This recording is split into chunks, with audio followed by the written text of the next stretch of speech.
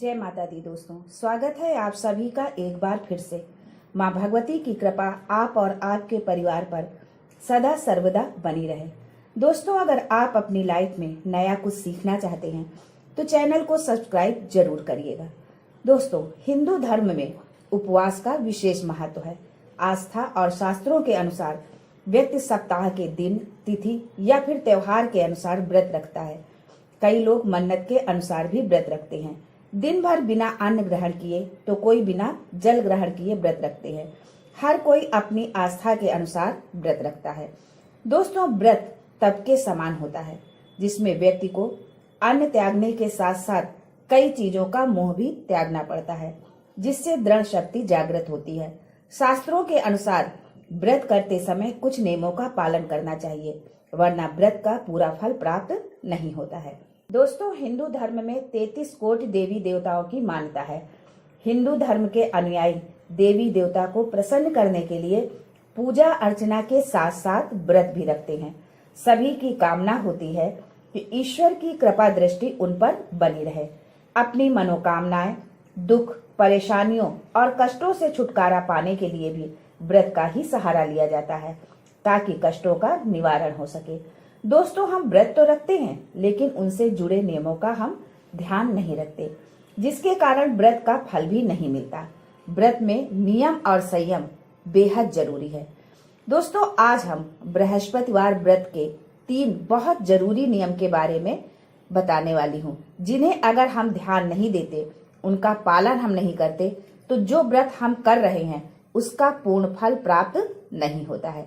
लेकिन उससे पहले आपसे रिक्वेस्ट करती हूँ कि वीडियो को लाइक करिएगा, दोस्तों को शेयर कर दीजिएगा, और अगर आपने अभी तक चैनल को सब्सक्राइब नहीं किया है तो चैनल को सब्सक्राइब करके बेल आइकन जरूर दबाइएगा।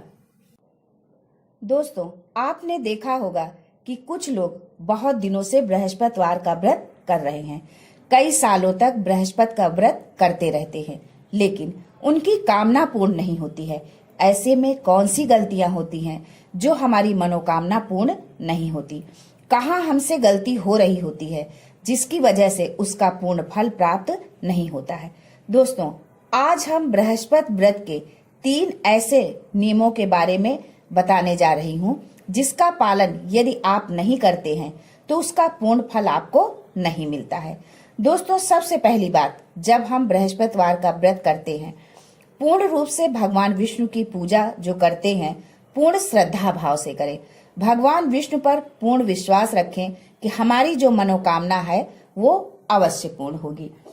अब बात करते हैं कि कौन से नियम हैं जिनका हम बृहस्पतिवार व्रत में पालन करना चाहिए। सबसे पहला नियम, व्रत का संकल्प लेना। जब बृहस्पति देव की हम पूजा करते हैं, विष्णु भगवान की पूजा करते हैं, भगवान विष्णु कई वस्तुओं के कारक हैं, जैसे वैवाहिक सुख के कारक है, संतान के कारक हैं, ज्ञान के कारक है, शिक्षा के कारक है, धन के कारक है, हमारे भाग्य के कारक है। तो ऐसी बहुत सारी चीजों के करता है भगवान बृहस्पति देव। दोस्तों, जब आप बृहस्पति देव का व्रत रखें तो आप किस कामना से ये व्रत रख रहे हैं, ये बहुत आवश्यक है। यदि आप संकल्प नहीं लेते, सिर्फ अपने मन में ही रखते हैं, संकल्प के समय नहीं बोलते हैं, तो वो आपकी कामना पूर्ण नहीं होगी। व्रत का फल तो अवश्य मिलेगा, पर वो किस रूप में मिलेगा, कहाँ मिलेगा और आपको क्या चाहिए, ये सोचकर व्रत की शुरुआत करें। जैसे आपकी धन प्राप्ति की कामना है या संतान प्राप्ति की कामना है, तो जब आप पहले दिन व्रत की शुरुआत करें तो संकल्प लें कि आप धन प्राप्ति के लिए या संतान प्राप्ति के लिए कोई भी एक कामना रखते हुए आपको व्रत करना चाहिए। आपको कितने व्रत रखने हैं ये भी संकल्प आपको लेना है, क्योंकि ऐसे नहीं कि हम कितने भी समय तक व्रत करते रहेंगे। जब आप किसी कामना विशेष से व्रत कर रहे हैं तो संख्या भी निर्धारित करें कि आप कितनी संख्या में ये व्रत कर रहे हैं। दोस्तों, वैसे तो हम कितने भी समय तक व्रत कर सकते हैं, कोई बंधन नहीं है कि 1 साल तक करना है या 2 साल तक करना है, 11 करना है या 21। हम आजीवन भी कर सकते हैं। लेकिन जब हम किसी विशेष कामना से व्रत करते हैं तब संकल्प लेना आवश्यक है कि हम इस कामना से इतनी संख्या में व्रत करना चाहते हैं, और उतनी संख्या पूरी होने के बाद विधि विधान से उस व्रत का उद्यापन करें। उसके बाद ही आपका व्रत पूर्ण होता है। आप उसके बाद चाहे तो फिर से व्रत शुरू कर सकते हैं, लेकिन जितनी संख्या में व्रत का आपने संकल्प लिया है तो उतनी संख्या पूर्ण होने पर व्रत का उद्यापन करना बहुत जरूरी होता है। यदि आप इस तरह से व्रत रखते हैं, एक संकल्प के साथ कामना रखकर, तो उस कामना के पूर्ण होने के बहुत जल्दी आसार बनते हैं। शीघ्र ही वो कामना पूर्ण हो जाती है। दूसरा जो नियम है जिसका पालन करना बहुत जरूरी है। दोस्तों, हम सभी जानते हैं कि बृहस्पतिवार का जब हम व्रत करते हैं तो उस दिन हम बाल नहीं धोते हैं। इसके लिए आप बुधवार को बाल धोएं और बृहस्पति को व्रत रखें। जब हम बुधवार को बाल धोते हैं तब से हमें सात्विक भोजन करना चाहिए। सात्विक भोजन का मतलब लहसुन प्याज ना पड़ा हो, मांस मदिरा का सेवन उस दिन से ना हो।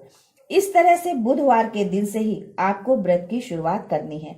बुधवार से ही सात्विक भोजन ग्रहण करते हुए, यदि आप शादीशुदा हैं तो आपको बुधवार से ही पूर्ण रूप से ब्रह्मचर्य का पालन करना है। उसके बाद बृहस्पतिवार को व्रत रखना है।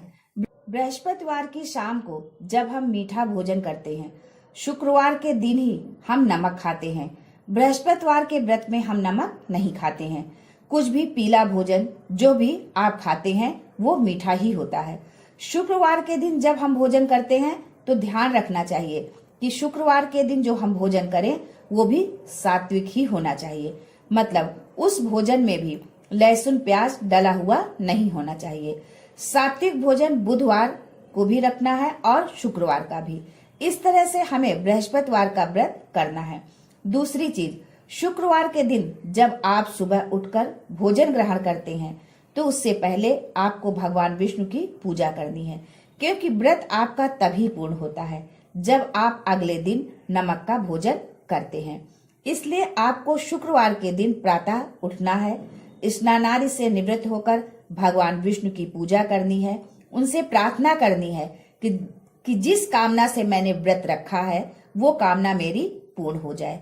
उसके बाद उस दिन भी सात्विक भोजन लेना है। तीसरा जो नियम है वो बहुत जरूरी नियम है। दोस्तों, जब हम व्रत में पूजा करते हैं तो वो किसी भी समय कर लेते हैं, ऐसा आपको नहीं करना है। आपको बृहस्पतिवार का जो व्रत रखना है उसके लिए आपको प्रातः काल उठना है। पूजा का जो समय होना चाहिए वो सूर्योदय के 1 घंटे के भीतर का जो समय होता है उसी में आपको पूजा कर लेनी है। ऐसा क्यों? क्योंकि इस समय गुरु का होरा होता है। हर एक दिन का एक होरा होता है। जैसे मान लीजिए सोमवार का दिन है तो 1 घंटे तक सोमवार का होरा होता है। ऐसे समय में की गई पूजा बहुत शुभ फल देने वाली होती है। किसी भी दिन सूर्योदय के 1 घंटे के अंदर जो हम पूजा करते हैं उसका बहुत ही शुभ फल और पूर्ण फल हमें प्राप्त होता है। देर से की गई पूजा का हमें उतना फल नहीं मिलता है। हम जितनी देर करते जाते हैं पूजा में उतनी ही हमारी पूजा निष्फल होती जाती है। बृहस्पतिवार ही नहीं, कोई भी पूजा जो आप करते हैं वो उस दिन के होरा में होनी चाहिए, यानी कि सूर्योदय के 1 घंटे के भीतर आप अपनी पूजा पूरी कर ले। दोस्तों, यहाँ एक शब्द आया है होरा, तो होरा के विषय में कुछ संक्षिप्त जानकारी आपको दे दें कि होरा क्या है और इसका महत्व क्या है। होरा ज्योतिष शास्त्र का महत्वपूर्ण अंग माना जाता है। शुभ मुहूर्त के अभाव में कोई मंगल कार्य न रुके, इसके लिए ज्योतिष में होरा चक्र की व्यवस्था बनाई गई है। ऐसा कहा जाता है कि होरा काल में किया गया कार्य शुभ मुहूर्त में किए गए कार्य की भांति सिद्ध होता है। इसलिए होरा शास्त्र को कार्य सिद्ध का अचूक माध्यम माना गया है। सूर्योदय से अगले दिन सूर्योदय तक 24 होरा होती हैं और एक सूर्योदय से एक सूर्यास्त तक होरा की संख्या 12 होती है।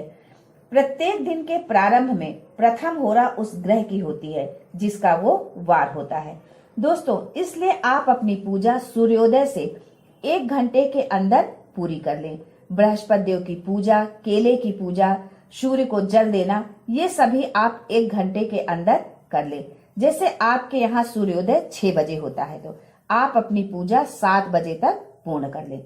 यदि इस तरह आप व्रत की शुरुआत करते हैं, पूजा करते हैं, तो यकीन मानिए आपकी पूजा पूर्ण होगी, आपकी मनोकामना पूर्ण होगी।